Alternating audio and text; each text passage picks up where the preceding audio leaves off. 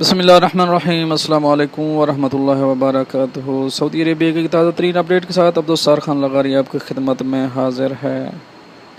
दोस्तों, आज 20 अप्रैल 2020 की सुबह है।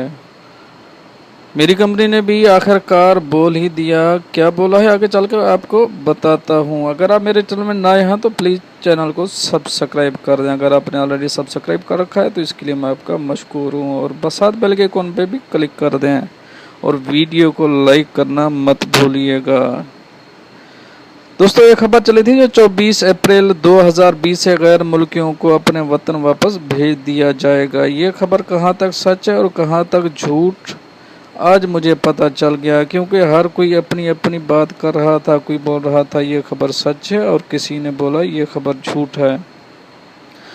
जिन्होंने बोला ये खबर झूठी है, इनमें से मैं भी शामिल हूँ। जो कल तक मैं यही समझता रहा और आज सुबह तक भी यही समझ रहा था कि 5 अप्रैल को सोशल मीडिया पर चलने वाली खबर जिसमें बताया गया था कि गैर मुल्कियों को वतन वापस भेज दिया जाएगा, झूठी खबर थी। आज मेरी कंपनी से मुझे भी एक ईमेल मौसूल हुई।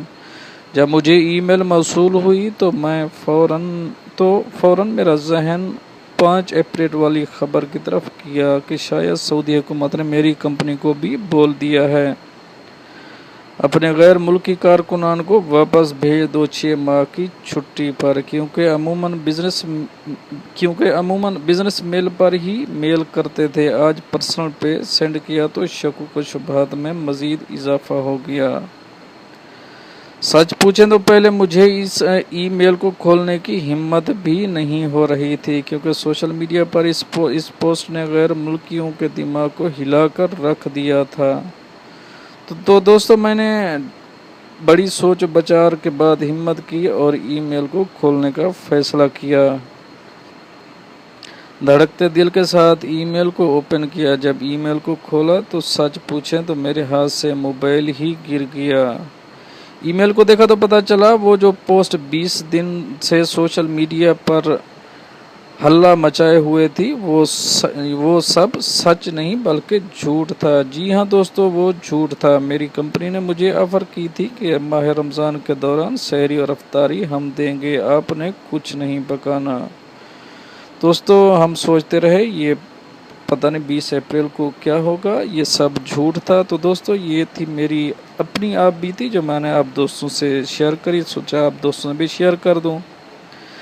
और दुआ है मेरी अल्लाह पाक से तमाम परदेसी भाइयों को अल्लाह पाक अपने हिफ्ज़ व अमान में रखे। जो गरीब हैं, अपने रोज़ी रोटी के लिए आए हुए हैं, अपनी फैमिली का पेट पालने के लिए आए हुए हैं, अल्लाह पाक उन्हें रिज़्क़ हलाल अता फ़रमाए। आमीन सुम्मा आमीन।